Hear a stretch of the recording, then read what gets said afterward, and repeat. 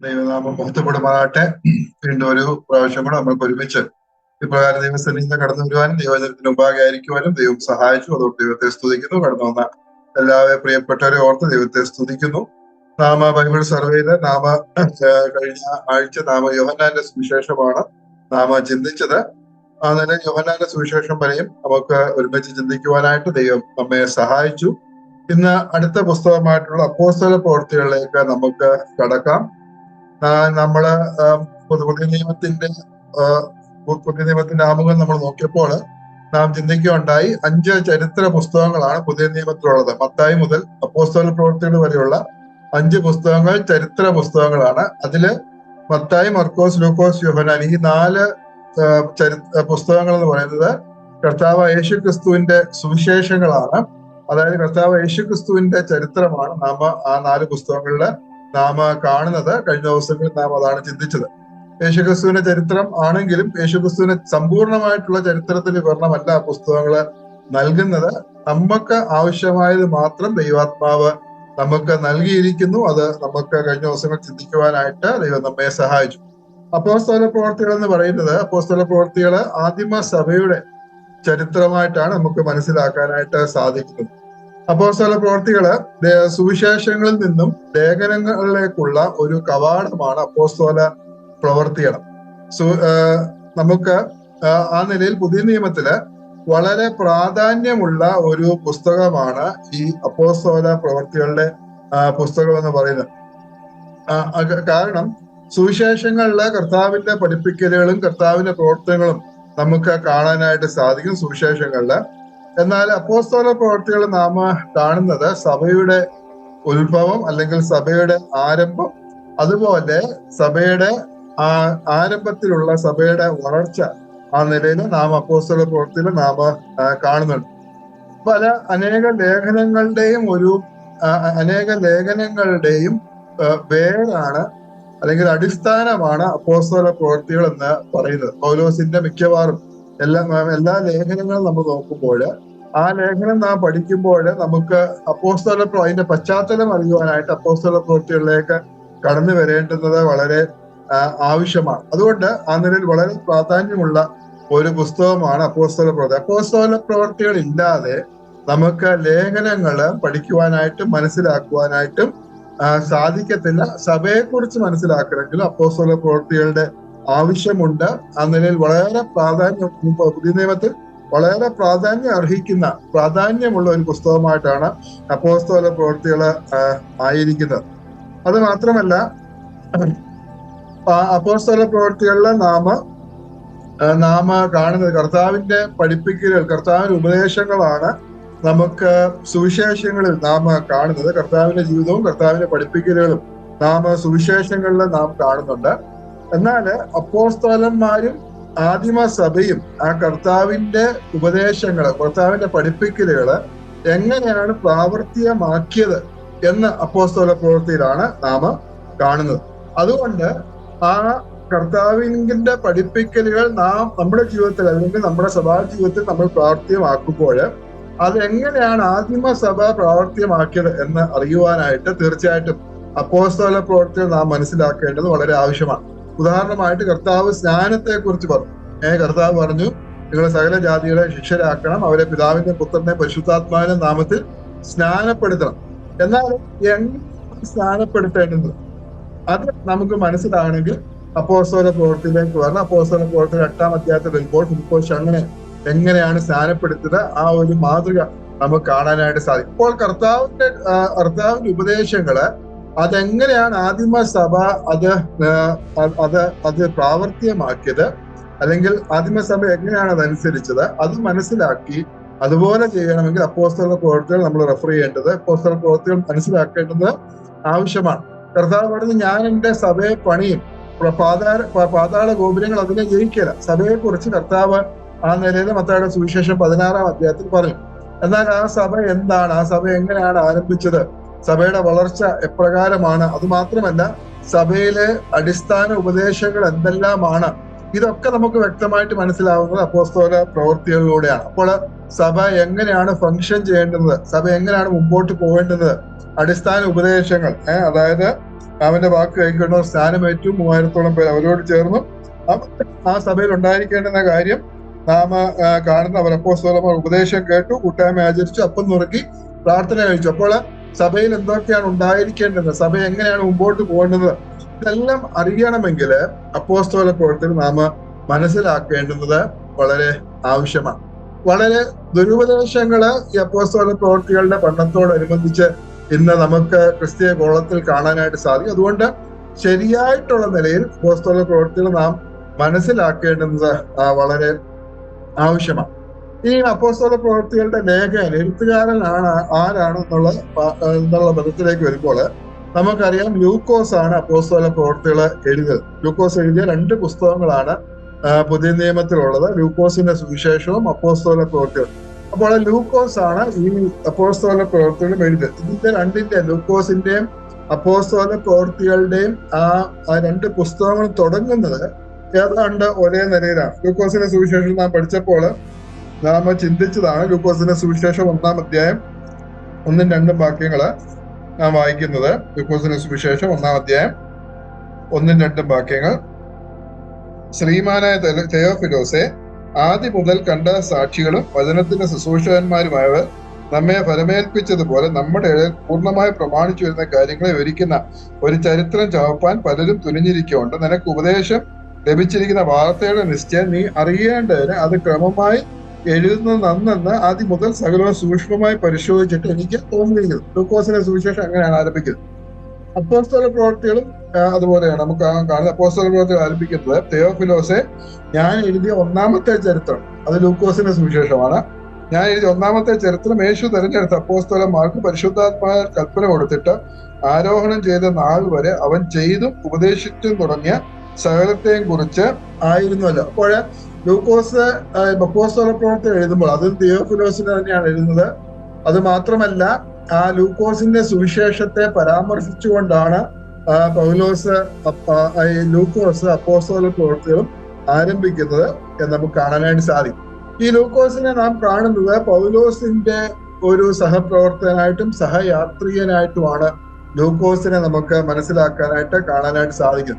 ലൂക്കോസ് തന്റെ പേര് ഈ 2 പുസ്തകങ്ങളിലും ഒരിടത്ത് പോലും രേഖപ്പെടുത്തിയിട്ടില്ല, ഒരിടത്ത് പോലും പരാമർശിച്ചിട്ടില്ല ലൂക്കോസ് എന്റെ പേര്. എന്നാൽ ഈ അപ്പോസ്തല പ്രവൃത്തികൾ വായിക്കുമ്പോൾ പല സന്ദർഭങ്ങളിലും പൗലോസിനോട് കൂടെ ലൂക്കോസും ഉണ്ടായിരുന്നതായിട്ട് നമുക്ക് മനസ്സിലാക്കാനായിട്ട് സാധിക്കും. അപ്പോൾ ലൂക്കോസ് പൗലോസിന്റെ ആ മിഷണറി ടീമില് ജോയിൻ ചെയ്തത്, കടന്നു വന്നത് പൗലോസിന്റെ 2-ാം മിഷണറി യാത്രയിലാണ്. 2-ാം മിഷണറി യാത്രയിൽ ത്രോവാസിൽ വെച്ചാണ് ലൂക്കോസ് പൗലോസിന്റെ മിഷണറി യാത്രയുടെ ഈ ടീമില് താന് അംഗമായിട്ട് തീർന്നത് എന്ന് നമുക്ക് മനസ്സിലാക്കാനായിട്ട് സാധിക്കും. 2-ാം മിഷണറി യാത്ര അന്ത്യോക്യയിൽ നിന്ന് ആരംഭിച്ചപ്പോൾ ആ ടീമിൽ ഉണ്ടായിരുന്ന പൗലോസും ശീലാസുമാരും. എന്നാൽ പിന്നീട് ലുസ്രയിൽ എത്തിയപ്പോൾ തിമോത്തിയോസും കൂടെ അവരോടുകൂടെ ജോയിൻ ചെയ്തു. പിന്നീട് ത്രോവാസിൽ വന്നപ്പോൾ ത്രോവാസ് മുതൽ അങ്ങോട്ട് ലൂക്കോസും പൗലോസിനോടുകൂടെ ആ മിഷണറി യാത്രയിൽ ഉണ്ടായിരുന്നതായിട്ട് നമുക്ക് മനസ്സിലാക്കാനായിട്ട് സാധിക്കും. അവിടെ ലൂക്കോസ് എന്റെ പേര് പറയുന്നില്ലെങ്കിൽ നമുക്കത് മനസ്സിലാക്കാൻ സാധിക്കും. അപ്പോസ്തല പ്രവൃത്തി 16-ാം അധ്യായത്തിൽ നാം വരുമ്പോൾ 16-ാം അധ്യായത്തിന്റെ 10 മുതലാണ് നമുക്ക് ലൂക്കോസിനെ കാണാനായിട്ട് സാധിക്കുന്നത്. അതിന് മുമ്പുള്ള വാക്യങ്ങൾ നമ്മൾ വായിക്കുമ്പോൾ, ഉദാഹരണമായിട്ട് 6-ാം വാക്യം മുതൽ വായിക്കുമ്പോൾ, അവർ ആസിയയിൽ വചനം പ്രസംഗിക്കുന്ന പരിശുദ്ധാത്മ വിലക്കിയാൽ ഫ്രിഗ്യയിലും ഗലാത്യ ദേശങ്ങളും സഞ്ചരിച്ചു. മൂസയിലെത്തി ബിഥുന്യയ്ക്ക് പോകാൻ ശ്രമിച്ചു. യേശുവിന്റെ ആത്മാവ് അവരെ സമ്മതിച്ചില്ല. അവർ മൂസയെ കടന്ന് ത്രോവാസിലെത്തി. അപ്പോൾ ഈ ത്രോവാസിൽ എത്തുന്നവരെ ലൂക്കോസ് എഴുതുന്നത്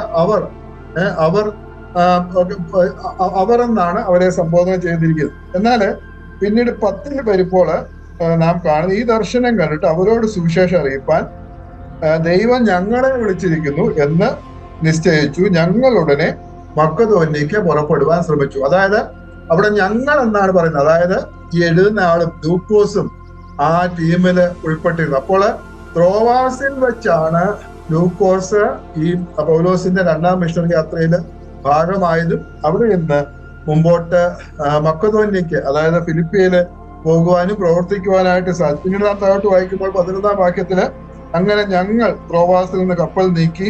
പിന്നെ ഞങ്ങൾ എന്നുള്ള ഭാഗം നമുക്ക് അതിന്റെ 17-ാം വാക്യം വരെ നമുക്ക് കാണാനായിട്ട് സാധിക്കും. അതായത് ത്രോവാസിൽ നിന്ന് അവര് ഫിലിപ്പിയിൽ ചെന്നു, അവിടെ പ്രവർത്തിച്ചു. അങ്ങനെ 17-ാം വാക്യം വരെ നമുക്ക് ലൂക്കോസിനെ കാണാൻ സാധിക്കും. എന്നാൽ പിന്നീട് ഫിലിപ്പിയിൽ നിന്ന് പോയപ്പോഴും ലൂക്കോസ് ഇല്ലായിരുന്നു.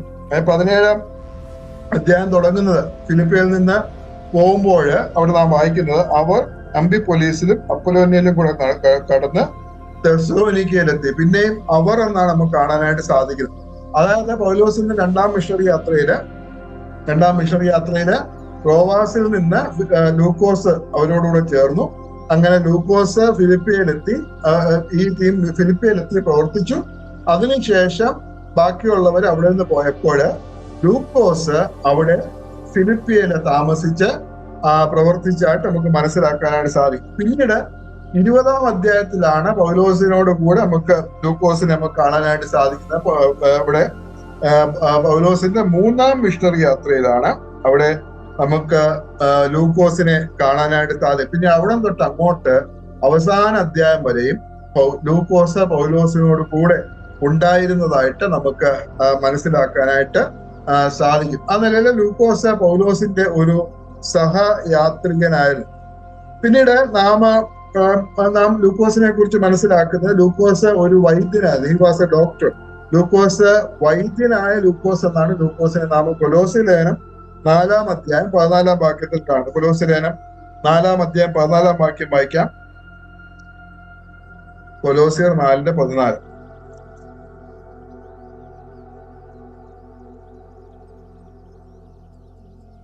വൈദ്യനായ പ്രിയ ലൂക്കോസും ദേമാസും നിങ്ങളെ വന്ദനം ചെയ്തു. അപ്പോൾ വൈദ്യനായ പ്രിയ ലൂക്കോസ് നമുക്ക് അവിടെ കാണാനായിട്ട് സാധിക്കും. അത് മാത്രമല്ല, ലൂക്കോസ് ഒരു ചരിത്രകാരൻ കൂടെയായിരുന്നു. He was an historian. താനൊരു ചരിത്രകാരനായിരുന്നു. ലൂക്കോസിന്റെ സുവിശേഷം തുടങ്ങിയപ്പോൾ നാം കണ്ടതാണ്, ആദ്യം മുതൽ സകലവും ക്രമമായിട്ട് പഠിച്ച് മനസ്സിലാക്കിയതിനു ശേഷമാണ് ലൂക്കോസ് ഈ 2 പുസ്തകങ്ങൾ എഴുതിയത് നമുക്ക് മനസ്സിലാക്കാനായിട്ട് സാധിക്കും. അതായത് ഒരു ചരിത്രകാരൻ, ഒരു ഹിസ്റ്റോറിയൻ ആയിരുന്നു ലൂക്കോസ്. അതുകൊണ്ട് എല്ലാം ക്രമമായിട്ട് പഠിച്ച് മനസ്സിലാക്കി എഴുതുന്ന ഒരു വ്യക്തിയായിരുന്നു ലൂക്കോസ്. അത് മാത്രമല്ല, ലൂക്കോസിന്റെ പേര് നമുക്ക് വളരെ കുറച്ച് പ്രാവശ്യം മാത്രമേ നാം കാണുന്നു. ഒന്ന് നാം കൊലോസ്യ ലേഖനത്തിലാണ് നാം കണ്ടത്, 4-ാം അധ്യായം 14-ാം വാക്യം. പിന്നെ തിമോത്തിയോസിന്റെ 2-ാം ലേഖനം 4-ാം അധ്യായം 11-ാം വാക്യത്തില് നമുക്ക് കാണാൻ സാധിക്കും. അവിടെ നമ്മൾ വായിക്കുന്നത്, ലൂക്കോസ് മാത്രമേ എന്നോട് കൂടെ ഉള്ളൂ. അപ്പോൾ പൗലോസിന്റെ രണ്ടാം പ്രാവശ്യം പൗലോസിന്റെ കാരാഗ്രഹവാസത്തില് ലൂക്കോസ് പൗലോസിനോട് ഉണ്ടായിരുന്നതായിട്ട് നമുക്ക് മനസ്സിലാക്കാൻ സാധിക്കും. പിന്നീട് ഫിലിപ്പ് ലേഖനം 1:24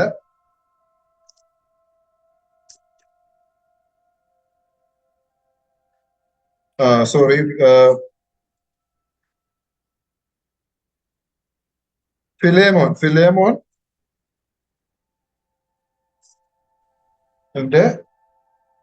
24 നമ്മൾ കാണുന്നത്, ക്രിസ്തുയേശുവിൽ എന്റെ സഹബദ്ധനായ എപ്പഫ്രാസും എന്റെ കൂട്ടുവേലക്കാരായ മർക്കോസും അരിസ്തർക്കോസും ദേമാസും ലൂക്കോസും നിങ്ങളെ വന്ദനം ചെയ്യുന്നു. അപ്പോൾ ഈ 3 ഭാഗങ്ങളിൽ മാത്രമാണ് ലൂക്കോസിന്റെ പേര് നമുക്ക് കാണാനായിട്ട് സാധിക്കുന്നത്. അപ്പോൾ ചരിത്രം പറയുന്നത്, ലൂക്കോസ് അന്ത്യോക്യയിൽ നിന്നുള്ള വ്യക്തി, തന്റെ സ്വന്തം ദേശം അന്ത്യോക്യായിരുന്നു. അതായത് സിറിയൻ അന്ത്യോക്യ. പൗലോസും ബർന്നബാസും ഒക്കെ പൗലോസിന്റെ മിഷണറി യാത്രകളെല്ലാം ആരംഭിച്ചത് അന്ത്യോക്യയിൽ നിന്നാണ്. അപ്പോൾ അന്ത്യോക്യക്കാരനായിരുന്നു ലൂക്കോസ്. താനൊരു യവനനായിരുന്നു. അന്ത്യോക്യയിലെ വിശ്വാസികള് ഭൂരിപക്ഷം പേരും യവനന്മാരായിരുന്നു. നാം അപ്പോസ്തല പ്രവൃത്തികള് 11-ാം അധ്യായം ഒക്കെ നാം വായിക്കുമ്പോൾ നമുക്ക് മനസ്സിലാക്കാനായിട്ട് സാധിക്കും. ചെതറിപ്പോയവര് അന്ത്യോക്യയിൽ ചെന്നിട്ട് അവിടെ യവനന്മാരോട് സുവിശേഷം അറിയിച്ചു. അങ്ങനെ വലിയൊരു കൂട്ടം വിശ്വസിച്ചു. അങ്ങനെ അന്ത്യോക്യയില് സ്ഥലം സഭ ഉണ്ടാകുവാനായിട്ട് ഇടയായിട്ട് തീർന്നു. അപ്പോൾ അന്ത്യോക്യയില് ആ നിലയില് ലൂക്കോസ് അന്ത്യോക്യക്കാരനായിരുന്നതായിട്ട് നമുക്ക് മനസ്സിലാക്കാൻ സാധിക്കും. അതുപോലെ ചരിത്രം പറയുന്നത്, താനൊരു ബാച്ചിലർ ആയിരുന്നു. ലൂക്കോസ് വിവാഹം കഴിച്ചിരുന്നില്ല. ഒരു ബാച്ചിലറായിട്ട് താന് ജീവിച്ചു. 84-ാമത്തെ വയസ്സില് താന് മരിച്ചു. ആ നിലയിലാണ് ചരിത്രം സാക്ഷ്യപ്പെടുന്നത്. അപ്പോൾ ആ നിലയില് ലൂക്കോസ് നമുക്ക് കാണാൻ സാധിക്കും. അങ്ങനെ അന്ത്യോക്യക്കാരനായിരുന്നു ലൂക്കോസ്. എന്നാല് പിന്നീട് ത്രോവാസില് പ്രാക്ടീസ് ചെയ്തിരുന്ന സമയത്താണ് പൗലോസിനോട് കൂടെ ചേർന്നതും പിന്നീട് മിഷണറി യാത്രകളിൽ മുമ്പോട്ട് പോകുന്നത് നമുക്ക് കാണാനായിട്ട് മനസ്സിലാക്കുവാനായിട്ട് സാധിക്കും. ഇനിയും ഈ അപ്പോസ്തല പ്രവൃത്തികൾ എഴുതിയ സമയത്തെ കുറിച്ച് നമ്മൾ ചിന്തിക്കുകയാണെങ്കിൽ, ഈ അപ്പോസ്തല പ്രവർത്തികൾ അവസാനിക്കുന്നത് 28-ാം അധ്യായം 29-30 ബാക്കി നമുക്ക് വായിക്കാം. 28-ാം അധ്യായം 29-30 ബാക്കി.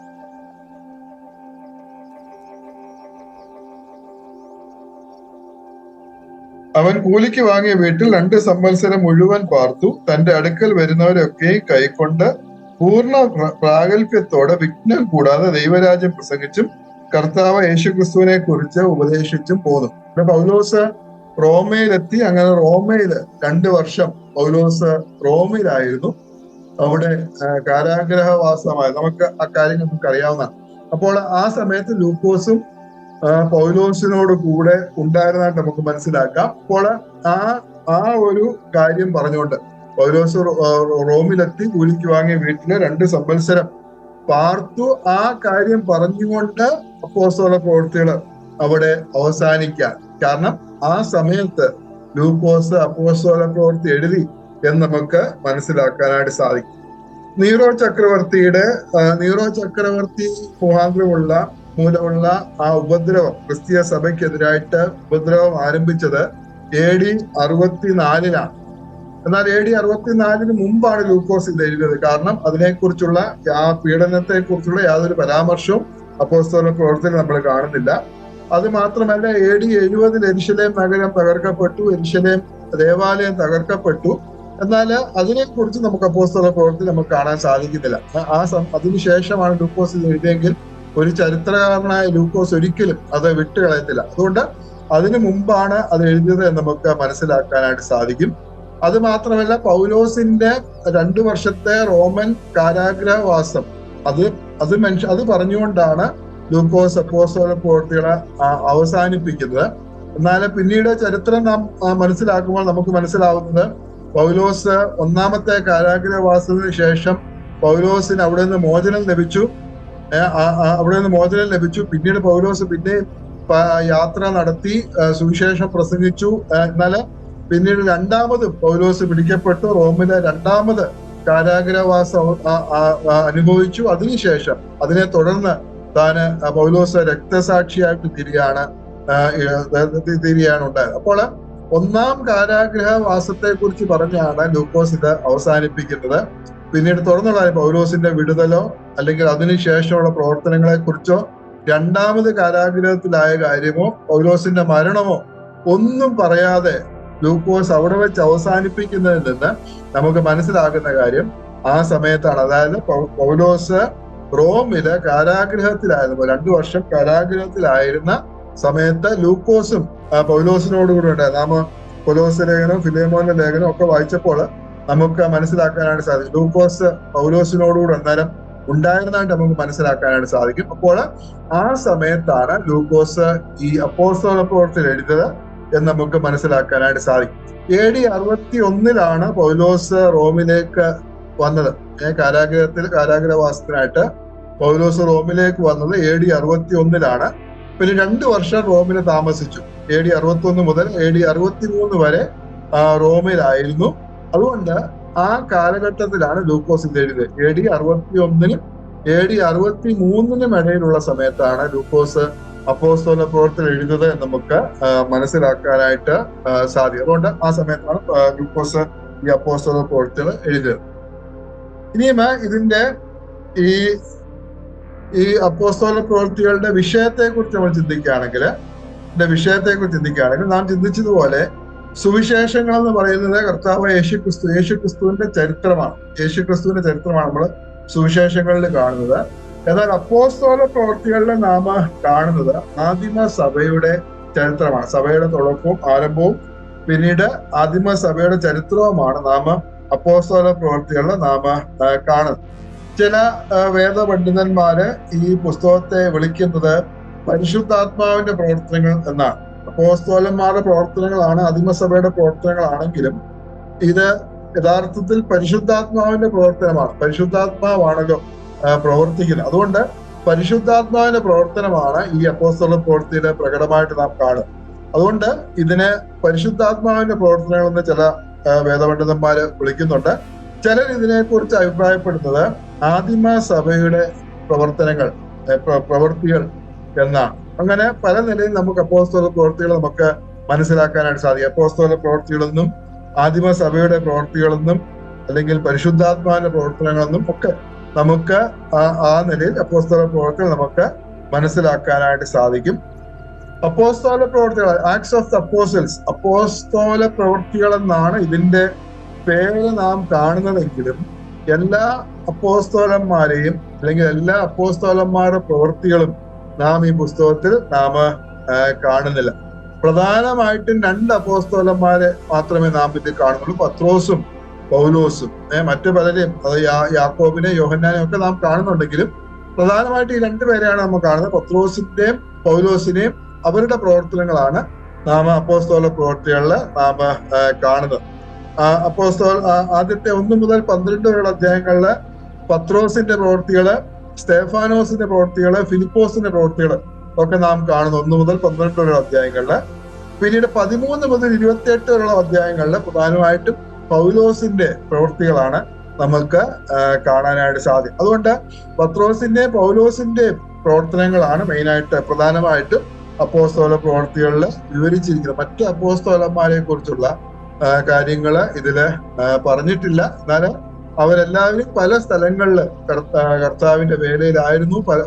എന്നാൽ അവരെ കുറിച്ചൊന്നും ഈ പുസ്തകത്തിൽ നമുക്ക് കാണുവാനായിട്ട് സാധിക്കുന്നില്ല.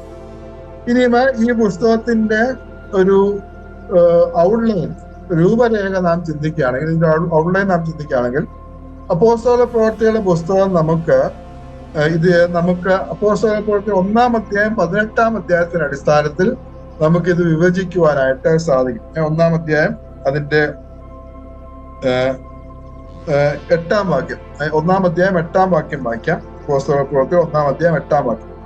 എന്നാൽ പരിശുദ്ധാത്മാവ് നിങ്ങളുടെ മേൽ വരുമ്പോൾ നിങ്ങൾ ശക്തി ലഭിച്ചിട്ട് യെരുശലേമിലും യഹൂദിയയിലും എല്ലായിടത്തും ശമരിയയിലും ഭൂമിയുടെ അറ്റത്തോളം എന്റെ സാക്ഷികളാകുമെന്ന് പറഞ്ഞു. കർത്താവ് ശിഷ്യന്മാരോട് പറഞ്ഞതാണ്, എന്നാൽ പരിശുദ്ധാത്മാവ് നിങ്ങളുടെ മേൽ വരുമ്പോൾ നിങ്ങൾ ശക്തി ലഭിച്ചിട്ട് യെരുശലേമിലും യഹൂദിയയിലെല്ലായിടവും ശമരിയയിലും ഭൂമിയുടെ അറ്റത്തോളം എന്റെ സാക്ഷികളാവും. അപ്പോൾ ഈ ഒരു വാക്യത്തിന്റെ അടിസ്ഥാനത്തിൽ നമുക്ക് അപ്പോസ്തല പ്രവൃത്തികൾ നമുക്ക് വിഭജിക്കാവുന്നതാണ്. കർത്താവ് പറഞ്ഞതുപോലെ തന്നെയാണ് ശിഷ്യന്മാർ പ്രവർത്തിച്ചത്, പിന്നീട് പ്രവർത്തനങ്ങൾ നടന്നത്, സഭ വളർന്നത് എന്ന് നമുക്ക് മനസ്സിലാക്കാനായിട്ട് സാധിക്കും. ആദ്യത്തെ 7 അധ്യായങ്ങൾ, 28 അധ്യായങ്ങളാണ് ടോട്ടൽ അപ്പോസ്തല പ്രവൃത്തികളുള്ളത്. അതിൽ ആദ്യത്തെ 7 അധ്യായങ്ങളിൽ നാം കാണുന്ന വിഷയം എന്ന് പറഞ്ഞാൽ യെരുശലേമിലെ സാക്ഷ്യമാണ്. Witness in Jerusalem. കർത്താവ് പറഞ്ഞു, ആദ്യം നിങ്ങൾ യെരുശലേമിൽ എന്റെ സാക്ഷികളാകും. അപ്പോൾ ആദ്യം അവർ യെരുശലേമിൽ കർത്താവിന്റെ സാക്ഷികളായി. അത് ആദ്യത്തെ 7 അധ്യായങ്ങൾ നമുക്ക് കാണാനായിട്ട് സാധിക്കും. പിന്നെ 8 മുതൽ 12 വരെയുള്ള അധ്യായങ്ങളില് വിറ്റ്നസിങ് ഇൻ ജുഡിയ ആൻഡ് ശമരിയ, യഹൂദിയയിലും ശമരിയയിലുമുള്ള സാക്ഷ്യമാണ് നമുക്ക് കാണാൻ സാധിക്കുന്നത്. സഭ പിന്നീട് അത് യെരുശലേമിൽ തുടങ്ങി, പിന്നീട് യഹൂദിയയിലും പിന്നെ അതുപോലെ ശമരിയയിലോട്ടും വ്യാപിക്കുന്നത് നമുക്ക് കാണാനായിട്ട് സാധിക്കും. പിന്നീട് 13 മുതൽ 28 വരെയുള്ള അധ്യായങ്ങളില് അവിടെ പൗലോസ് മുഖാന്തരമുള്ള പ്രവർത്തനങ്ങളാണ് കാണാൻ സാധിക്കുന്നത്. അതായത് witness to the uttermost parts of the world, ഭൂമിയുടെ അറ്റത്തോളവും കർത്താവിന്റെ സാക്ഷ്യം വഹിക്കുന്ന കാര്യമാണ് നമുക്ക് അവിടെ കാണാനായിട്ട് സാധിക്കും. 13 മുതൽ 28 വരെ. അപ്പോൾ ആദ്യം യെരുശലേമിൽ തുടങ്ങി, യെരുശലേമില് ആദ്യത്തെ 7 അധ്യായങ്ങളില്, പിന്നീട് 8 മുതൽ 12 വരെ അധ്യായങ്ങളില് യഹൂദിയയിലും ശമരിയയിലും, പിന്നീട് 13 മുതൽ അങ്ങോട്ട് പിന്നീട് ഭൂമിയുടെ അറ്റത്തോളവും എന്റെ സാക്ഷികളാവുന്ന കർത്താവ് പറഞ്ഞ പ്രകാരം ആ നിലയില് പ്രവർത്തനം വ്യാപിക്കുന്ന കാഴ്ച നമുക്ക് കാണാനായിട്ട് സാധിക്കും. ആ പ്രവർത്തനം ഇന്നും അത് തുടർന്നുകൊണ്ടിരിക്കുക. ആ ഭൂമിയുടെ അറ്റത്തോളം എന്റെ സാക്ഷികളാകും എന്നുള്ളത് അത് അപ്പോസ്തല പ്രവൃത്തിയിൽ ഭൂമിയുടെ അറ്റത്തോളം എത്തിയില്ല, ഒരു പരിധി വരെ മാത്രമേ എത്തിയുള്ളൂ. എന്നാൽ പിന്നീട് ആ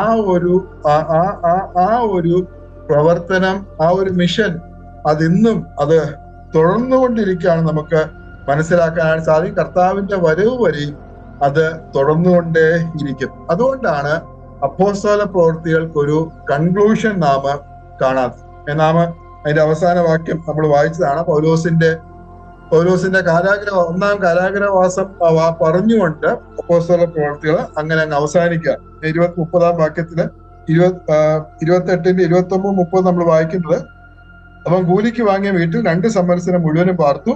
തന്റെ അടുക്കൽ വരുന്നവരൊക്കെയും കൈക്കൊണ്ട പൂർണ്ണ പ്രാഗൽഭ്യത്തോടെ വിഘ്നം കൂടാതെ ദൈവരാജ്യം പ്രസംഗിച്ച് കർത്താവ് യേശുക്രിസ്തുവിനെ കുറിച്ച് ഉപദേശിച്ചും പോന്നു എന്ന് പറഞ്ഞുകൊണ്ട് അത് അവസാനിക്കാം. അല്ലാതെ അവിടെ ഒരു കൺക്ലൂഷൻ നമ്മൾ കാണുന്നില്ല. കാരണം അപ്പോസ്തല പ്രവൃത്തികള് കൺക്ലൂഡ് ചെയ്യാനായിട്ട് സാധിക്കത്തില്ല, അതിന്റെ കൺക്ലൂഷൻ ആയിട്ടില്ല. അത് പിന്നെയും അത് തുടർന്നുകൊണ്ട് ഇരിക്കുകയാണ്. അനേകർ ആ സുവിശേഷ ദൗത്യം ഏറ്റെടുത്തുകൊണ്ട് ലോകത്തിന്റെ അറ്റത്തോളവും സുവിശേഷം അറിഞ്ഞിട്ടില്ലാത്ത രാജ്യങ്ങളിലേക്ക് കടന്നു പോകുവാനായിട്ട്, കർത്താവിന്റെ സുവിശേഷം അറിയിക്കുവാനായിട്ട് ഇടയായിട്ട് തീർന്നു. ആ ഒരു വലിയ വേലയില് നാമും പങ്കാളികളായിട്ട് തീരുവാനായിട്ട് ഇടയായിട്ട് തീർന്നു. ആ ഒരു ദൈവദാസന്മാർ നമ്മുടെ നാട്ടിൽ വരുവാനും സുവിശേഷം അറിയിക്കുവാനും നമ്മുടെ പിതാക്കന്മാർ അല്ലെങ്കിൽ നമുക്ക് വിശ്വാസം വരുവാനും ഒക്കെ ഇടയായിട്ട് തീർന്നു. ഈ ഒരു പ്രവർത്തനത്തില് നമുക്കും പങ്കാളികളാകുവാനായിട്ട് സാധിച്ചു. ആ നിലയിൽ കർത്താവിന്റെ വേല ഇന്നും വ്യാപിച്ചുകൊണ്ടിരിക്കുകയാണ്. പുതിയ പുതിയ സ്ഥലങ്ങളിലേക്ക് കർത്താവിന്റെ വേല എത്തിക്കൊണ്ടിരിക്കുകയാണ്. ആ നിലയിൽ മുമ്പോട്ട് പോയിക്കൊണ്ട് ഇരിക്കുകയാണ്. കർത്താവിന്റെ വരവ് വരെയും, കർത്താവിന്റെ രണ്ടാം വരവ്, സഭയ്ക്ക് വേണ്ടിയുള്ള കർത്താവിന്റെ വരവ് വരെയും ആ ശുശ്രൂഷ, ആ ഒരു വലിയ ദൗത്യം അത് തുടർന്നുകൊണ്ടേയിരിക്കും. കർത്താവ് പറഞ്ഞത്, നിങ്ങള് യെരുശലേമിലും യഹൂദയിലും ശമരിയയിലും ഭൂമിയുടെ അറ്റത്തോളം എന്റെ സാക്ഷികളാകും. ആ നിലയിൽ ഭൂമിയുടെ അറ്റത്തോളം കർത്താവിന്റെ വചനം എത്തിക്കൊണ്ടിരിക്കുകയാണ്. അതോർത്ത് നമുക്ക് ദൈവത്തെ സ്തുതിക്കാം, ദൈവത്തെ മഹത്വപ്പെടുത്താം. അപ്പോസ്തല പ്രവൃത്തികളിലെ രണ്ട് പ്രധാന വ്യക്തികളെയാണ് നമുക്ക് കാണാനായിട്ട് സാധിക്കുന്നത്, പത്രോസും പൗലോസും.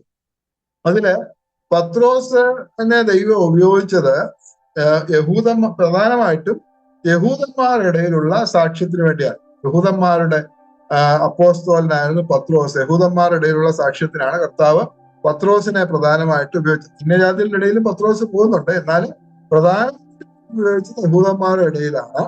എന്നാൽ പൗലോസിനെ ദൈവം ഉപയോഗിച്ചത് അന്യജാതികളുടെ ഇടയ്ക്ക്, യഹൂദന്മാരല്ലാത്തവരുടെ ഇടയില് കർത്താവിനെ സാക്ഷിക്കുവാനാണ്. പൗലോസ് ജാതികളുടെ ഒരു അപ്പോസ്തലനാണ്, പത്രോസ് യഹൂദന്മാരുടെ അപ്പോസ്തലനായിട്ട് നമുക്ക് മനസ്സിലാക്കാനായിട്ട് സാധിക്കും. പത്രോസിനെ ആ ഉദ്യമത്തില് സഹായിച്ച, അല്ലെങ്കിൽ അതിനെ നമുക്ക് ഇപ്രകാരം ഒരു പേര് കൊടുക്കാം, holy land mission team. Holy land അതായത് യെരുശലേം അല്ലെങ്കിൽ യഹൂദന്മാരുടെ ഇടയിലുള്ള പ്രവർത്തനം, അത് ഹോളി ലാൻഡ് മിഷൻ ടീം. അതില് പത്രോസിനെ സഹായിച്ചത് യോഹന്നാൻ അപ്പോസ്തലൻ, സ്തേഫാനോസ്, ഫിലിപ്പോസ്, അങ്ങനെ പലരെയും നമുക്ക് കാണാനായിട്ട് സാധിക്കും. പിന്നീട് പൗലോസിന്റെ നേതൃത്വത്തിൽ നടന്ന വേൾഡ് മിഷൻ ടീം, ഭൂമിയുടെ അറ്റത്തോളമുള്ള സാക്ഷ്യം, അതില് പൗലോസിനെ അസിസ്റ്റ് ചെയ്തവർ അനേകരുണ്ട്. ബർന്നബാസ്, ഷീലാസ്, മർക്കോസ്, തീമത്യോസ്, ലൂക്കോസ്, പിന്നെ പലരെയും നമുക്ക് ആ നിലയിൽ കാണാനായിട്ട് സാധിക്കും. ആ നിലയിൽ കർത്താവിന്റെ വേല അത് തുടർന്നുകൊണ്ടേയിരിക്കുകയാണ്, സഭ വളർന്നുകൊണ്ടേയിരിക്കുകയാണ്. ആ നിലയിൽ അതോർത്ത് നമുക്ക് ദൈവത്തെ സ്തുതിക്കുകയും ദൈവത്തെ മഹത്വപ്പെടുത്തുകയും ചെയ്യാം. ഇനി അപ്പോസ്തല പ്രവൃത്തികളുടെ പ്രത്യേകതകളിലേക്ക് നാം വരുവാണെങ്കിൽ, അപ്പോസ്തല പ്രവൃത്തികളുടെ പ്രത്യേകതകള്, ഇതിന്റെ സഭയുടെ ആരംഭം നമുക്ക് 2-ാം അധ്യായത്തിൽ നാം കാണുന്നു. പെന്തക്കോസ്ത് നാളിലാണ് സഭ ആരംഭിച്ചത് ഈ ഭൂമിയില്.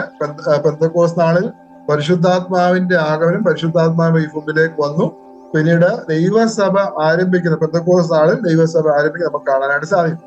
അപ്പോൾ ദൈവസഭയുടെ ആരംഭവും ആദ്യത്തെ 30 വർഷത്തെ വളർച്ചയും ചരിത്രവും പ്രതിപാദിക്കുന്ന ഒരു പുസ്തകമാണ് അപ്പോസ്തല പ്രവൃത്തികൾ എന്ന് പറയുന്നത്. അപ്പോൾ ആരംഭ സഭയുടെ, മുഴുവൻ സഭയുടെ ചരിത്രമല്ല, ആരംഭ സഭയുടെ ചരിത്രം, സഭയുടെ ഉത്ഭവവും അതുപോലെ സഭയുടെ ചരിത്രവും, ആദ്യത്തെ 30 വർഷത്തോളമുള്ള ചരിത്രം നമുക്ക് അപ്പോസ്തല പ്രവൃത്തികൾ നമുക്ക് കാണാനായിട്ട് സാധിക്കും. രണ്ടാമതായിട്ട് പരിശുദ്ധാത്മാവിന്റെ ആഗമനം അതുപോലെ പ്രവർത്തനവും സംബന്ധിച്ച ഒരു ചരിത്രം കൂടെയാണ് അപ്പോസ്തല പ്രവൃത്തികൾ എന്ന് പറയുന്നത്. ഇതില് ഓരോ അധ്യായത്തിലും നാം കാണുന്നത് പരിശുദ്ധാത്മാവിന്റെ പ്രവർത്തനങ്ങളാണ്. ഇത് പ്രവർത്തിച്ചത് ഒരുപക്ഷെ അപ്പോസ്തലന്മാരായിരിക്കാം, മറ്റുള്ളവരായിരിക്കാം, എന്നാൽ പരിശുദ്ധാത്മാവിന്റെ പ്രവർത്തനമാണ് നാം യഥാർത്ഥത്തിൽ കാണുന്നത്. ഓരോ അധ്യായത്തിലും 1-ാം അധ്യായം മുതൽ അവസാനത്തെ അധ്യായം വരെ പരിശുദ്ധാത്മാവിന്റെ പ്രവർത്തനം നമുക്ക് വ്യക്തമായിട്ട് നമുക്ക് കാണാൻ സാധിക്കുന്ന ഒരു പുസ്തകമാണ് ഈ അപ്പോസ്തല പ്രവൃത്തികൾ എന്ന് പറയുന്നത്. ഇനിയും മൂന്നാമതായിട്ട് അനേക പ്രഭാഷണങ്ങൾ നമുക്ക് ഈ പുസ്തകത്തില് കാണാനായിട്ട് സാധിക്കും. പത്രോസിന്റെ പ്രഭാഷണങ്ങള്, പൗലോസിന്റെ പ്രഭാഷണങ്ങള്, സ്തേഫാനോസിന്റെ പ്രഭാഷണം, അതുപോലെ ഇവരുടെ ഒക്കെ പ്രഭാഷണങ്ങൾ അടങ്ങിയിരിക്കുന്ന ഒരു പുസ്തകമാണ് അപ്പോസ്തല പ്രവൃത്തികൾ എന്ന് പറയുന്നത്. അനേക പ്രഭാഷണങ്ങൾ നമുക്ക് കാണാനായിട്ട് സാധിക്കും. ഞാൻ നേരത്തെ പറഞ്ഞതുപോലെ പൗലോസിന്റെ ലേഖനങ്ങൾ നമ്മൾ പഠിക്കണമെങ്കിൽ അതിന്റെ പശ്ചാത്തലം അറിയുവാൻ നാം അപ്പോസ്തല പ്രവൃത്തിയിലേക്ക് വരേണ്ടത് വളരെ ആവശ്യമാണ്. പൗലോസിന്റെ കുറഞ്ഞത് 10 ലേഖനങ്ങളുടെ പശ്ചാത്തലം നമുക്ക് അപ്പോസ്തല പ്രവൃത്തി നമുക്ക് കാണാനായിട്ട് സാധിക്കും. അതുകൊണ്ട് അപ്പോസ്തല പ്രവൃത്തി ഇല്ലാതെ നമുക്ക് ലേഖനങ്ങൾ പഠിക്കാനായിട്ട് സാധിക്കത്തില്ല. റോമാലേഖനം, കൊരിന്ത്യർക്ക് എഴുതിയ 2 ലേഖനങ്ങള്, ഗലാത്യ ലേഖനം, എഫേസ്യ ലേഖനം, ഫിലിപ്പി ലേഖനം, കൊലോസ്യ ലേഖനം, തെസ്സലോനിക്കരുടെ 2 ലേഖനങ്ങള്, ഫിലേമോന്, ഈ ലേഖനങ്ങളൊക്കെ നാം പഠിക്കുമ്പോൾ അവിടെ നാം തീർച്ചയായിട്ടും അപ്പോസ്തല പ്രവൃത്തിയിലേക്ക് വരേണ്ടത് ആവശ്യമാണ്. ആ സഭയെക്കുറിച്ച്, അല്ലെങ്കിൽ ആ സഭ എങ്ങനെയാണ് ഉണ്ടായത്, അവിടെയുള്ള വിശ്വാസികൾ എങ്ങനെയുള്ളവരാണ്, അവരെങ്ങനെയാണ് മുമ്പോട്ട് വന്നത്, ആരാണ് അവിടെ പ്രവർത്തിച്ചത്, ആ നിലയിലുള്ള ഏത് സമയത്താണ് ആ സഭ ഉണ്ടായത്, ഇതൊക്കെ മനസ്സിലാക്കണമെങ്കിൽ നാം അപ്പോസ്തല പ്രവൃത്തികൾ മനസ്സിലാക്കേണ്ടത് വളരെ ആവശ്യമാണ്. അതുകൊണ്ട് ലേഖനങ്ങളുടെ ഒരു റൂട്ടായിട്ട് അല്ലെങ്കിൽ വേറായിട്ട് അപ്പോസ്തല പ്രവൃത്തി നമുക്ക് കാണാനായിട്ട് സാധിക്കും. അതുകൊണ്ട് അപ്പോസ്തല പ്രവൃത്തികൾ ഇല്ലാതെ ലേഖനങ്ങൾ നമുക്ക് വേണ്ട രീതിയിൽ മനസ്സിലാക്കുവാനായിട്ട് സാധിക്കുന്നു. അതുകൊണ്ട് ഏറ്റവും പ്രാധാന്യം അർഹിക്കുന്ന, പുതിയ നിയമത്തിൽ വളരെ പ്രാധാന്യം അർഹിക്കുന്ന ഒരു പുസ്തകമാണ് അപ്പോസ്തല പ്രവൃത്തികൾ എന്ന് പറയുന്നത്. നാം വളരെ സീരിയസ് ആയിട്ട് പഠിക്കേണ്ടുന്ന, മനസ്സിലാക്കേണ്ടുന്ന പുസ്തകമാണ് അപ്പോസ്തല പ്രവൃത്തികൾ എന്ന് പറയുന്നത്. അത് വിശദമായിട്ടുള്ള ഒരു പഠനം നമുക്കിപ്പോ സാധ്യമല്ല. എന്നാൽ തീർച്ചയായിട്ടും നാം പഠിക്കേണ്ടുന്ന, മനസ്സിലാക്കേണ്ടുന്ന ഒരു പുസ്തകമാണ് അപ്പോസ്തല പ്രവൃത്തികൾ എന്ന് പറയുന്നത്. പിന്നീട് 5-ാമതായിട്ട് ഈ അപ്പോസ്തല പ്രവൃത്തികളെ ഒന്നാമതായിട്ട് നടക്കുന്ന പല കാര്യങ്ങളും നമുക്ക് കാണാനായിട്ട് സാധിക്കും. ഒന്നാമതായിട്ട് നടക്കുന്ന കാര്യം, നാം ഒരു കാര്യം നാം പഠിക്കുമ്പോൾ ഒന്നാമത് അത് എവിടെയാണ് നടന്നത്, ആദ്യം അത് എവിടെയാണ് നടന്നത് എന്ന് നാം ചിന്തിക്കേണ്ടത് ആവശ്യമാണ്. അതുകൊണ്ടാണ് ഉൽപ്പത്തി പുസ്തകത്തിന് വളരെ പ്രാധാന്യമുള്ളത്. ഉൽപ്പത്തി പുസ്തകങ്ങൾ ആരംഭങ്ങളുടെ പുസ്തകമാണ്. പല കാര്യങ്ങളും ആരംഭിച്ചത്, ഒന്നാമത് നടക്കുന്നത് ഉൽപ്പത്തിയിലാണ്. അതായത് ആദിമ മനുഷ്യൻ, അതുപോലെ മനുഷ്യൻ ആദ്യം പാപം ചെയ്തത്, ആദ്യത്തെ യാഗം, ആദ്യത്തെ ആരാധന, ഇതൊക്കെ നമ്മൾ ഉൽപ്പത്തിയിലാണ് നമ്മൾ കാണുന്നത്. അതുകൊണ്ട് അതിനെക്കുറിച്ചൊക്കെ നമ്മൾ പഠിക്കുമ്പോൾ നമ്മൾ ഉൽപ്പത്തി പുസ്തകം നാം വായിക്കണം. അതുപോലെ പുതിയ നിയമത്തിലെ പല കാര്യങ്ങളും, പുതിയ നിയമ സഭയിലെ പല കാര്യങ്ങളുടെ ആരംഭം അല്ലെങ്കിൽ ആദ്യത്തെ കാര്യം നമുക്ക് അപ്പോസ്തല പ്രവൃത്തിയില് നമുക്ക് കാണാനായിട്ട് സാധിക്കും. അതുകൊണ്ട് അപ്പോസ്തല പ്രവൃത്തികൾ വളരെ പ്രാധാന്യമുള്ള ഒരു പുസ്തകമാണ്. ആദ്യത്തെ സുവിശേഷ പ്രസംഗം നമുക്ക് അപ്പോസ്തല പ്രവൃത്തിയിലാണ് കാണുന്നത്. അപ്പോസ്തല പ്രവൃത്തിയിൽ 2-ാം അധ്യായം പത്രോസിന്റെ സുവിശേഷ പ്രസംഗമാണ്. ആദ്യത്തെ സുവിശേഷ പ്രസംഗം നമുക്ക് അപ്പോസ്തല പ്രവൃത്തി 2-ാം അധ്യായത്തിൽ നമുക്ക് കാണാൻ സാധിക്കും. സഭയുടെ ഉത്ഭവം നാം ഇത് കാണുന്നുണ്ട്. ആദ്യത്തെ സഭ നമുക്ക് അപ്പോസ്തല പ്രവൃത്തിയിലാണ് നാം കാണുന്നത്. യെരുശലേമിലെ സഭയാണ് ആദ്യത്തെ സഭ. അതുപോലെ ആദ്യത്തെ ശുശ്രൂഷകന്മാർ അപ്പോസ്തല പ്രവൃത്തി 6-ാം അധ്യായത്തില് ആദ്യത്തെ ശുശ്രൂഷകന്മാരെ നമ്മൾ കാണുന്നു. അതുപോലെ ആദ്യത്തെ രക്തസാക്ഷികൾ നാം അപ്പോസ്തല പ്രവൃത്തിയിലാണ് കാണുന്നത്. ഏറ്റവും ആദ്യത്തെ രക്തസാക്ഷി സ്തേഫാനോസാണ്. ആദ്യം രക്തസാക്ഷിയായ സ്തേഫാനോസാണ്. അത് മാത്രമല്ല, ശിഷ്യന്മാരിൽ ഏറ്റവും ആദ്യം രക്തസാക്ഷിയായത് യാക്കോബാണ്. യോഹന്നാന്റെ സഹോദരനായിട്ടുള്ള യാക്കോബാണ്. അപ്പോൾ ആദ്യത്തെ രക്തസാക്ഷികളിൽ നമുക്ക് അപ്പോസ്തല പ്രവൃത്തികൾ നാം കാണുന്നുണ്ട്. അതുപോലെ ആദ്യത്തെ മിഷണറിമാരെ നാം കാണുന്നുണ്ട്. 13-ാം അധ്യായത്തില് പൗലോസും ബർന്നബാസുമാണ് ആദ്യത്തെ മിഷണറിമാരെന്ന് പറയുന്നത്. അവര് സ്വന്തം സ്ഥലം വിട്ടിട്ട് വേറൊരു സ്ഥലത്ത് പോയി പ്രവർത്തിക്കുന്നവരാണ്, അല്ലെങ്കിൽ ആ നിലയിൽ സുവിശേഷം അറിയിക്കുന്നവരാണ് മിഷണറിമാരെന്ന് പറയുന്നത്. അപ്പോൾ ആദ്യത്തെ മിഷണറിമാരാണ് പൗലോസും ബർന്നബാസും എന്ന് നമുക്ക് മനസ്സിലാക്കാനായിട്ട് സാധിക്കും. പിന്നീട്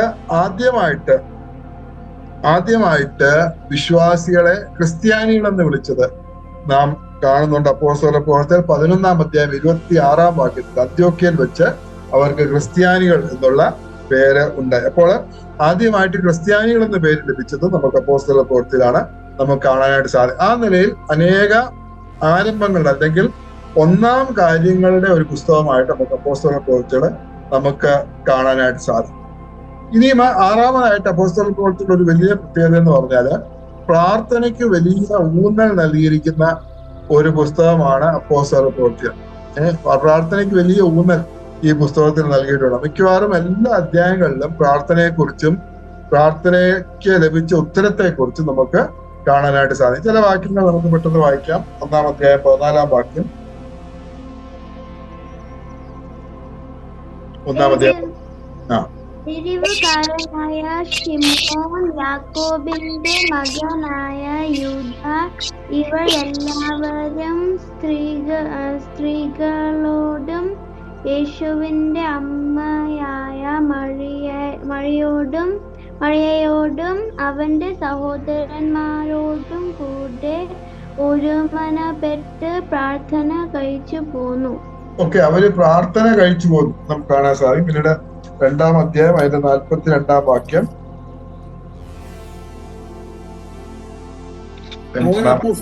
ഉപദേശം കേട്ടും കൂട്ടായ്മ ആയിരിച്ചും അപ്പം നുറുക്കിയും പ്രാർത്ഥന കഴിച്ചും പോന്നു. പ്രാർത്ഥന കഴിച്ചും പോന്നു. 3-ാം അധ്യായം 1-ാം വാക്യം. ഒരിക്കൽ പത്രോസും യോഹന്നാനും 9-ാം മണി നേരം പ്രാർത്ഥനാ സമയത്ത് ദേവാലയത്തിലേക്ക് ചെല്ലുമ്പോൾ പത്രോസ് യോഹന്നാൻ പ്രാർത്ഥനാ സമയത്ത് ദേവാലയത്തിൽ. അങ്ങനെ പ്രാർത്ഥനയുടെ ഏതാണ്ട് എല്ലാ അധ്യായത്തിലും നമുക്ക് പ്രാർത്ഥനയെ കുറിച്ചും പ്രാർത്ഥനയുടെ ലഭിച്ച ഉത്തരത്തെ കുറിച്ച് നമുക്ക് കാണാനായിട്ട് സാധിക്കും. ബാക്കി വേദഭാഗങ്ങൾ ഞാൻ പെട്ടെന്ന് പറയാം.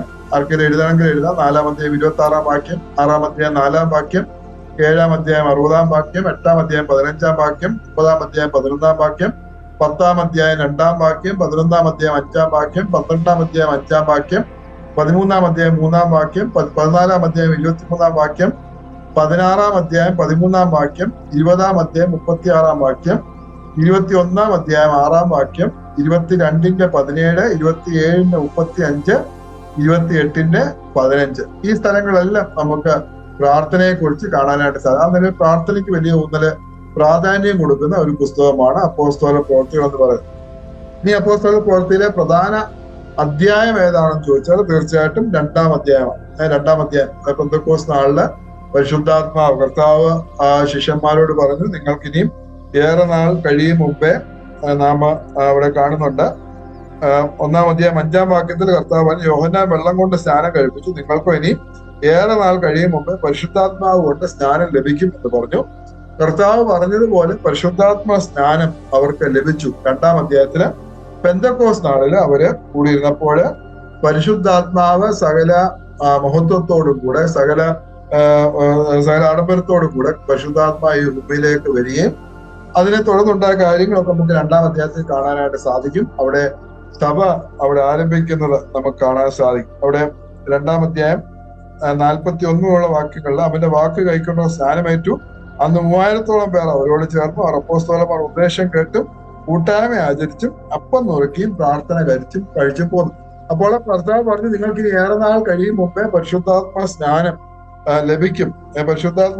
ലഭിക്കും എന്ന് കർത്താവ് ശിഷ്യന്മാരോട് പറഞ്ഞതുപോലെ പെന്തക്കോസ്ത് നാളില് പരിശുദ്ധാത്മ സ്നാനത്താല് സഭ ആരംഭിച്ചതായിട്ട് നമുക്ക് മനസ്സിലാക്കാനായിട്ട് സാധിക്കും. പരിശുദ്ധാത്മ സ്നാനം എന്ന് പറഞ്ഞാൽ അത് ഓരോരുത്തരും വ്യക്തിപരമായിട്ട് പ്രാപിക്കേണ്ടുന്ന ഒരു അനുഭവമല്ല. അങ്ങനെ പഠിപ്പിക്കുന്ന അനേകരുമുണ്ട്. എന്നാൽ പരിശുദ്ധാത്മ സ്നാനം വ്യക്തിപരമായിട്ട് ഓരോരുത്തരും പ്രാപിക്കേണ്ടുന്ന ഒരു അനുഭവമല്ല. പരിശുദ്ധാത്മ സ്നാനം എന്ന് പറഞ്ഞാൽ അത് സഭയുടെ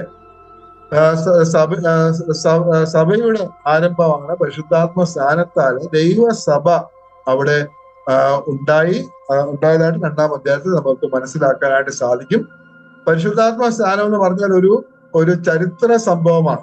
അത് ചരിത്രത്തിൽ ഒറ്റ പ്രാവശ്യം സംഭവിച്ച ഒരു സംഭവമാണ്. ഓരോ വിശ്വാസികളും പ്രാപിക്കേണ്ടുന്ന ഒരു അനുഭവമല്ല പരിശുദ്ധാത്മ സ്നാനം എന്ന് നമുക്ക് മനസ്സിലാക്കാനായിട്ട് സാധിക്കും. അതുകൊണ്ട് ഓരോ വിശ്വാസികൾക്കായിട്ടും പരിശുദ്ധാത്മ സ്നാനമില്ല. പരിശുദ്ധാത്മ സ്നാനം ഒരു ചരിത്ര സംഭവമാണ്. അത് ഒരിക്കലായിട്ട് സംഭവിച്ച കാര്യമാണ്. അത് പെന്തക്കോസ്ത് നാളിലാണ് സംഭവിച്ചത് നമുക്ക് മനസ്സിലാക്കാനായിട്ട് സാധിക്കും. ഓരോരുത്തരും രക്ഷിക്കപ്പെടുവാനായിട്ട് കർത്താവ് വീണ്ടും വീണ്ടും ക്രൂശിൽ മരിക്കുന്നില്ല. കർത്താവിന്റെ ക്രൂശ് മരണം എന്ന് പറഞ്ഞാൽ അത് ഒറ്റ സംഭവമാണ്. അതൊരു ചരിത്ര സംഭവമാണ്. എന്നാൽ ഒരാൾ വിശ്വസിക്കുമ്പോൾ ആ കർത്താവിന്റെ ക്രൂശ് മരണം അയാൾക്കും വേണ്ടിയും കൂടെ ആകുകയാണ്. അത് എന്ന് പറഞ്ഞതുപോലെ പരിശുദ്ധാത്മ സ്നാനവും ഒരിക്കലായിട്ട് സംഭവിച്ചു. അത് സഭയുടെ ആരംഭമാണ്. പരിശുദ്ധാത്മ സ്നാനത്താൽ സഭ ഉത്ഭവിച്ചു.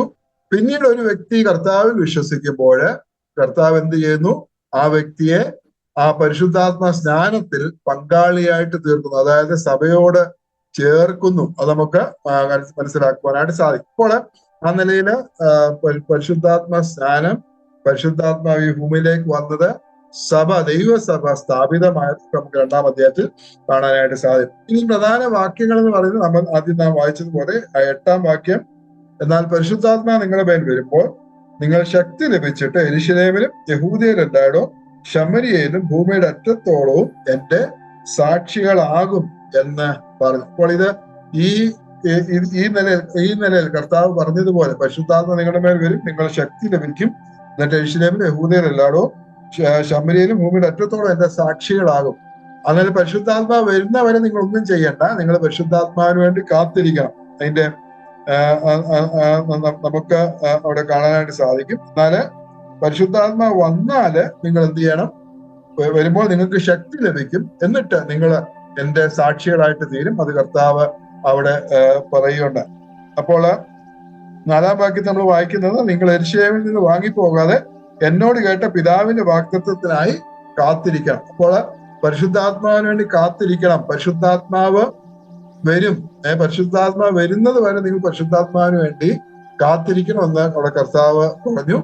എന്നാൽ പരിശുദ്ധാത്മാവ് വന്നു, പിന്നീട് അവർക്ക് ശക്തി ലഭിച്ചു, പിന്നീട് അവര് പ്രവർത്തിക്കുന്നതായിട്ടാണ് നമുക്ക് കാണാനായിട്ട് സാധിക്കും. അത് പരിശുദ്ധാത്മാവ് അക്ഷരീയമായിട്ട് ഭൂമിയിൽ ഇല്ലായിരുന്നു, അതുകൊണ്ട് അവരോട് കാത്തിരിക്കുവാനായിട്ട് കർത്താവ് പറഞ്ഞു. എന്നാൽ പരിശുദ്ധാത്മാവ് വന്നതിന് ശേഷം ഇന്ന് നാം പരിശുദ്ധാത്മാവിന് വേണ്ടി കാത്തിരിക്കേണ്ടുന്ന ആവശ്യമില്ല. രക്ഷിക്കപ്പെടുന്ന അതേ നിമിഷം, ദൈവവചനം പറയുന്നത് പോലെ രക്ഷിക്കപ്പെടുന്ന അതേ നിമിഷം തന്നെ നമുക്ക് പരിശുദ്ധാത്മാവ് ലഭിക്കുന്നു നമുക്ക് മനസ്സിലാക്കാനായിട്ട് സാധിക്കും. പിന്നീട് ഇതിന്റെ പ്രധാന വാക്യങ്ങൾ എന്ന് പറഞ്ഞാൽ നാം നേരത്തെ വായിച്ച 2-ാം അധ്യായം 41, 42 വാക്യങ്ങള്, അവന്റെ വാക്ക് കൈക്കൊണ്ടവർ സ്നാനമേറ്റു, അന്ന് 3000-ഓളം പേർ അവരോട് ചേർന്നു. അവർ അപ്പോസ്തലന്മാർ ഉപദേശം കേട്ടും കൂട്ടായ്മ ആചരിച്ചും അപ്പം നുറുക്കിയും പ്രാർത്ഥന കഴിച്ചും പോന്നു. പിന്നീട് അതിന്റെ 47-ാം വാക്യം, അതിന്റെ അവസാനം, കർത്താവ് രക്ഷിക്കപ്പെടുന്നവരെ ദിനം പ്രതി സഭയോട് ചേർത്തുകൊണ്ടിരുന്നു. ഇങ്ങനെ പല വാക്യങ്ങൾ നമുക്ക് കാണാനായിട്ട് മനസ്സിലാക്കാനായിട്ട് സാധിക്കും. അപ്പോസ്തല പ്രവൃത്തികൾ എന്ന് പറഞ്ഞാൽ വളരെ നാം ചിന്തിച്ചു വളരെ പ്രാധാന്യമുള്ള ഒരു പുസ്തകമാണ്. പലരും തെറ്റായിട്ട് വ്യാഖ്യാനിക്കുന്ന ഒരു പുസ്തകമായിട്ടാണ് അപ്പോസ്തല പ്രവൃത്തികൾ ആയിരിക്കുന്നത്. അതുകൊണ്ട് ശരിയായിട്ട് അപ്പോസ്തല പ്രവൃത്തികൾ നാം മനസ്സിലാക്കണം, അത് വളരെ ആവശ്യമാണ്. അത് മാത്രമല്ല പുതിയ നിയമത്തിലെ ലേഖനങ്ങൾ പഠിക്കണമെങ്കിൽ, മനസ്സിലാക്കണമെങ്കിൽ അപ്പോസ്തല പ്രവൃത്തികൾ നാം മനസ്സിലാക്കേണ്ടത് ആവശ്യമാണ്. ദൈവം നമ്മെ ഓരോരുത്തരെയും സഹായിക്കട്ടെ. ദൈവവചനം വേണ്ട രീതിയിൽ ശരിയായിട്ടുള്ള നിലയിൽ അത് മനസ്സിലാക്കുവാനായിട്ട് ദൈവം നമ്മെ സഹായിക്കട്ടെ. ദൈവത്തിന്റെ വലിയ നാമം മഹത്വപ്പെടുമാറാകട്ടെ.